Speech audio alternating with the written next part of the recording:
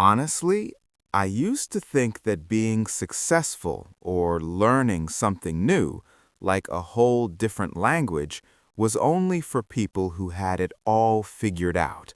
You know, the ones with the fancy tutors and the perfect setups. But then I looked at my own life, just a regular person in a quiet town, and I realized something huge. Success isn't about how much you have. It's about the small, almost invisible things you do when nobody's watching. It's about that one extra page you read when you're exhausted, or that one sentence you say out loud even when you're scared of sounding silly. If you've ever felt like you're stuck or that your goals are just too far away, I want you to lean in and listen, because this isn't just my story. It's a roadmap for anyone who's ever felt not enough. You see, I grew up in this really chill, simple house. It wasn't a mansion or anything you'd see on a luxury travel vlog, but it had this vibe, you know? That feeling of pure love and support that just fills up a room. My family is small, just my parents and me, but the lessons I learned within those four walls are worth more than any Ivy League degree. Let me tell you about my dad. This man is the definition of hard work. Every single morning, long before the sun even thinks about showing up, he's already up and moving. He heads out to his office job while the rest of the world is still dreaming. And the thing is, he doesn't come home complaining about how tired he is or how annoying his boss was. Instead, he walks through the door with this calm smile, looks at me and says, "Hey, just remember, showing up and putting in the work is what actually changes your future." That stayed with me. It made me realize that simple English learning motivation for beginners isn't about some magic trick. It's literally just about not quitting on yourself. And then there's my mom. She's like the heartbeat of our home. She's the one who's always there with a plate of amazing food and a hug that makes all your stress just melt away. Whenever I'd get frustrated, maybe I failed a test or I just couldn't get a handle on a new English phrase, she'd sit me down and tell me, "Look, it's okay to mess up. Just try again tomorrow, but do it a little bit better." Her belief in me gave me the courage to actually start trying, even when I felt like I was failing. My parents didn't have much, but they always told me that my education and the way I express myself would be my real power. So let me take you back to my school. It wasn't some high-tech, futuristic building you'd see in a tech commercial. It was just a nice, simple place in my town. The classrooms were clean, there was this big playground where we'd basically spend all our energy playing football or cricket, and, my personal favorite, the library. Man, that library was like my sanctuary. It was quiet, smelled like old paper, and had rows and rows of books just waiting to be read. But the real reason I actually looked forward to school wasn't the building, it was the teachers. They were just different. They didn't shout or get annoyed when we didn't understand something. They were patient, and that's a huge deal, right? Especially when you're trying to learn something that feels like a mountain. My absolute favorite was my English teacher. He was the kind of person who walked into a room and instantly made everyone feel like they were capable of anything. He used to say something that I still tell myself every morning. Look, English isn't some boss level you have to beat. It's a friend you need to hang out with every day. He made it sound so chill. He'd tell us, don't try to learn the whole dictionary in a weekend. Just write 5 sentences today. Read 1 page of a book, just one. Talk to your friends, even if you sound a bit crazy. I remember one time I was so embarrassed because I messed up a really simple sentence in front of the whole class. I felt my face getting hot, and I just wanted to disappear. But he just smiled and said, "Hey, mistakes are literally the best teachers you'll ever have. If you aren't making mistakes, you aren't growing, so keep going." That changed everything for me. I started talking to my friends in English during lunch breaks. We'd laugh at each other's accents and trip over our words, but we were doing it. We were actually using the language. It made me realize that my family and daily English practice story wasn't just about me, it was about this community of people just trying to get better together. When school would end, I'd head home, grab a quick lunch my mom made, and head straight to my desk. I'd finish all my other homework first, just so I could save the best for last, my English practice. I'd open a short storybook and just dive in. I wasn't looking for complex grammar rules, I was looking for the rhythm of the words. I'd pick 5 new words, write them down, and then try to use them in a sentence about my own life, like what I ate for lunch or what my dog did that morning. I'd read those sentences out loud, like really loud. It felt weird at first, standing there talking to my bedroom walls, but it started to work. My tongue didn't feel as heavy, and the words started to flow a little smoother. Sometimes I'd even watch those short videos or cartoons online and try to mimic the way they talked, the slang, the tone, the way they'd stress certain words. It was like a game to me. The sun would set and the house got quiet. That's when the real magic happened. After dinner, my dad and I would just hang out.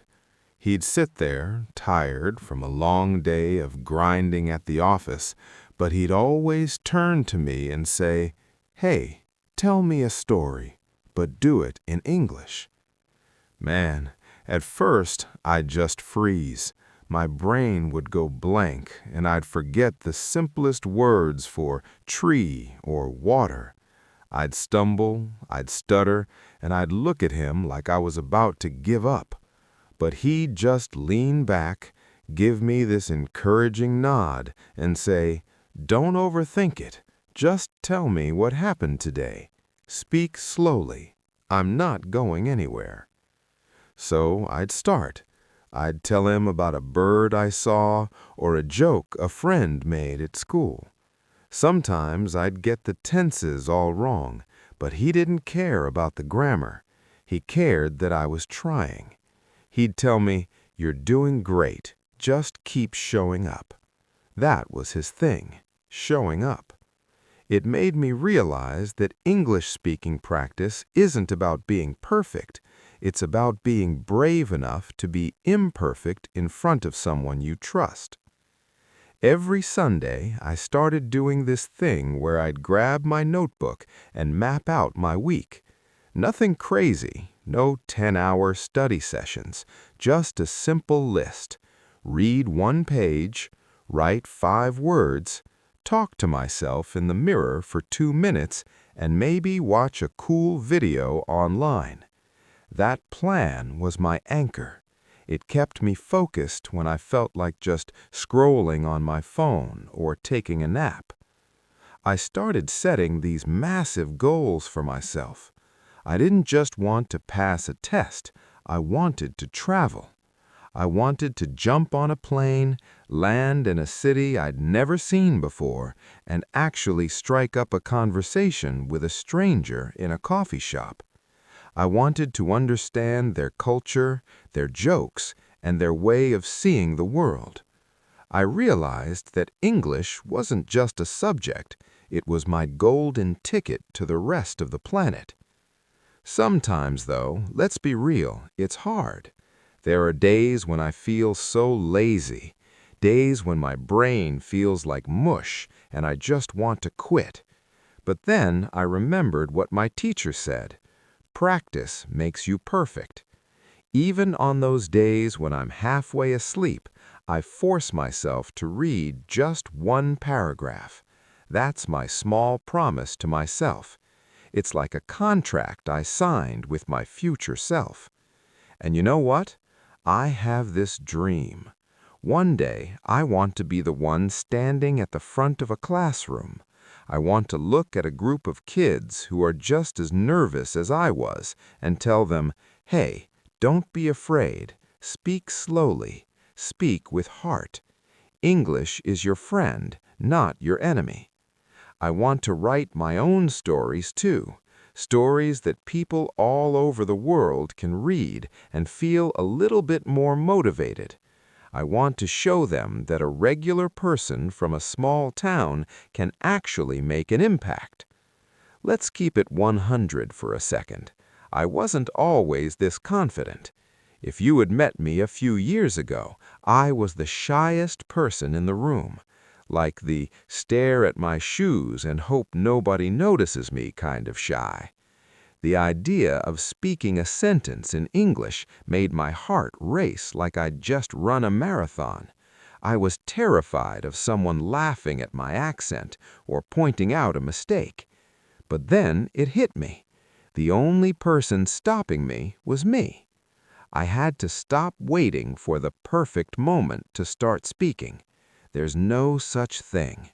So I started small. I'd stand in front of my bathroom mirror, look myself in the eye, and just talk.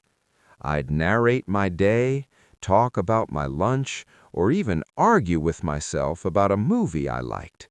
It felt ridiculous at first, but it worked. I realized that my mistakes weren't failures. They were literally the steps I had to climb to get to where I am now. And that's exactly what I want to tell you today. If I could do it, a shy kid from a simple family with no fancy resources, then you absolutely can too. You don't need to be a genius. You just need to be consistent. Don't worry about being perfect. Worry about being better than you were yesterday. Read that one page. Write that one sentence. Repeat it until it feels like yours. Trust me, there's going to be a day when you're standing in a different country or maybe just talking to a new friend online, and the words will just come to you. You'll feel this wave of happiness, realizing that you did it. You broke the barrier. I believe in my journey, but more importantly, I believe in yours. We're in this together. Every mistake you make is just proof that you're actually trying, and that's more than most people can say. Keep that smile on your face, keep that book in your hand, and never stop speaking your truth. The world is waiting to hear your story, so don't keep it to yourself. If this story resonated with you, or if you're on your own journey to mastering English and finding your voice, I'd love to have you as part of our community. It really helps out when you hit that like button and subscribe. It lets me know that these stories are actually making a difference in your life. Thank you so much for spending this time with me and listening to my journey. I can't wait to see you grow. This is StoryNest English Academy, and I'll catch you in the next story. Take care of yourself and keep practicing. Bye for now.